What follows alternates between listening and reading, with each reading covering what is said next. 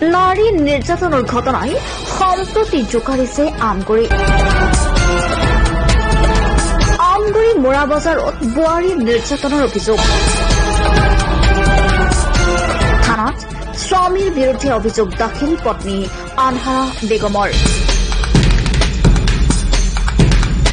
নাৰী নিৰ্যাতনেৰ ঘটনায় জোকাৰি গৈছে আমগুৰি অভিযোগ স্বামীৰ বিৰুদ্ধে পত্নীৰ ভুক্তভোগীৰ অভিযোগ অনুসৰি বিয়াৰ ৬-৭ মাহ মানৰ পাছৰে পৰাই এই অত্যাচাৰ স্বামী গৃহৰ আমগুৰি মোৰাবজাৰ নিবাসী আসিকুল ইছলামে দীৰ্ঘদিন ধৰি পত্নীক শাৰীৰিক আৰু মানসিক নিৰ্যাতন চলাই অহাৰ গুৰুতৰ অভিযোগ আনিছে পত্নী আনহাৰা বেগমে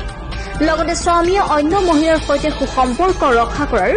সন্দেহ পত্নীৰ জানিব পৰা মতে নাজিৰাৰ গেলেকি কলগাঁৱৰ নিবাসী সফৰুদ্দিন আহমেদৰ কন্যা আনহাৰা বেগম আমগুৰি মোৰাবজাৰ নিবাসী চিৰাজুল ইছলামৰ পুত্ৰ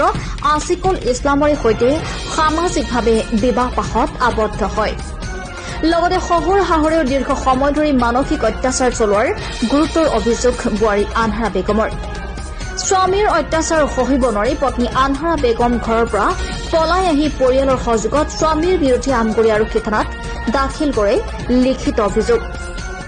আৰক্ষীৰ তদন্তৰ পাছতে ঘটনাৰ প্ৰকৃত ৰহস্য উন্মোচিত হ'ব চৰাইদেউৰ পৰা ফাৰহান লস্কৰ ৰিপৰ্ট আছাম লাইভ 7 মই বিয়া হোৱা আপোনাৰ 4 বছৰ হ'ল কিন্তু 4 বছৰত মানে ভিতৰত মানে মই এদিনো মানে শান্তি নাপালো সদায় মেণ্টেলি টৰ্চাৰ ফিজিক্যালি টৰ্চাৰ তাৰ পিছত এতিয়া মানে মই উপায়হীন হৈ থানাৰ কাষ চাপিব লগা হ'ল একো মই ৰাস্তা নাপালো ঠিক কৰিবলৈ নিজৰ সংসাৰখন কোনে ভাঙিব বিচাৰে বেয়া কৰিব বিচাৰে কিন্তু মই এতিয়া আহি পিনি থানাৰ কাষ চাপিবলগীয়া হ'ল মোৰ মেডিকেল প্ৰব্লেমৰ কাৰণে মোৰ ভাগৰ মানে বাচ্চা হোৱা নাই সেইটো কাৰণে মোক বহুত গালি গালোজ পাৰে ঘৰৰ মানুহে হাজবেণ্ডেও মানে আপোনাৰ বহুতখিনি টৰ্চাৰ কৰে সি এতিয়া এনেকুৱা কৰিছে আজি 6 মাহৰ পৰা বেলেগ এগৰাকীৰ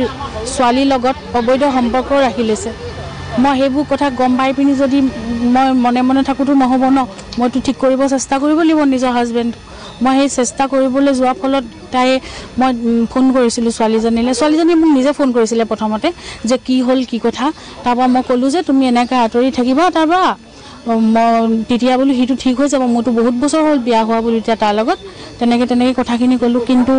তাই সেই সত্যটোত ছোৱালীজনীয়ে আঁতৰিম বুলি কৈ নাআঁতৰিলে তাৰপিছতো আকৌ তাৰ লগত মানে আকৌ কথা চথা পাতি থাকিলে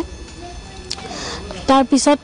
এতিয়া মানে এনেকুৱা হৈছে মই ছোৱালীজনীক মই আকৌ নেক্সট এদিন মেছেজ কৰিলোঁ তাৰপিছতো ছোৱালীজনীয়ে আঁতৰিটো নিদিলে ইয়াকো উল্টা পুল্টা কিবা লগালে তাৰ ফলত মোক মাৰ পিট কৰি মানে গালি গালাজ পাৰি আপোনাৰ মানে কি কৰিম মানে আপোনাক বহুতখিনি টৰ্চাৰ কৰিলে ফেমিলিও ফুল ছাপোৰ্ট কৰিছে যে মোক এৰি দিবলৈ কাৰণে আৰু সেই ছোৱালীজনীক মানে বিয়া পাতিবলৈ কাৰণে কৈছে ছোৱালীজনীক নহ'লেও বেলেগ হ'লেও মানে তাক বিয়া পাতাই দিব মোক কিন্তু সিহঁতি একদম খেদাই দিছে ঘৰৰ পৰা মোক মাৰপিট কৰিছে আমি গেলেকীৰ পৰা অহা হ'ল আমাৰ ভতিজা ছোৱালীজনী বিয়া দিয়া আজি 4 বছৰ চলি আছে এতিয়া 2024ত আমি ধুমধামেৰে ধৰক দুটা পক্ষৰ ৰাইজে হেৰি হৈ ছোৱালীজনীক এৰেঞ্জ মেৰেজ কৰাই দিছিলোঁ সিহঁতৰ মিলামিলি অৱস্থাত কিন্তু আজি অলপ দিনৰ পৰা শুনি আছোঁ 6-7 মাহমান হ'ল ল'ৰাটোৰ কোনোবা এগৰাকীৰ লগত মানে অবৈধ প্ৰেম চলি আছে ছোৱালীজনীয়ে ফোন কৰে ৰাতি ছোৱালীজনীৰ লগত নাথাকে সি অন্য ঠাইত গৈ ফোন চোন কৰে কথা পাতে তাই এইবিলাক শুনি থাকে আৰু হ'লেও নিজৰ গিৰিয়েকটোৰ লগত যদি এনেকুৱা এটা চলি থাকে সেইটো হুটপুচ কৰাত ছোৱালীজনীক ফোন নাম্বাৰটো পাই মেছেজ কৰাৰ কাৰণে ছোৱালীজনীক সদায় মাৰধৰ কৰে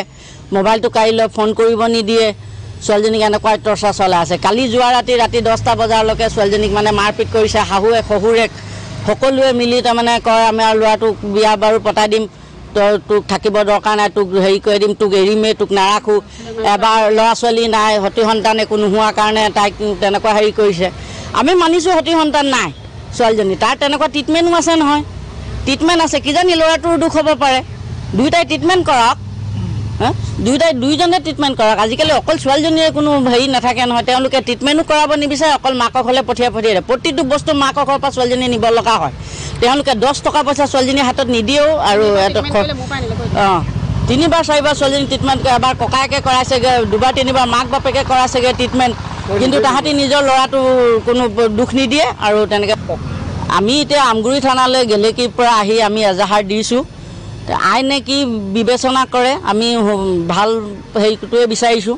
ভাল বিবেচনা কৰি আমাৰ ছোৱালীজনী যে সংসাৰখন নষ্ট নোহোৱাটো আমি বিচাৰোঁ। সেইটোৱে আইনে এতিয়া কি ব্যৱস্থা কৰে আমি আইনৰ ওপৰতে সকলোৱে গুৰুত্ব দিছোঁ।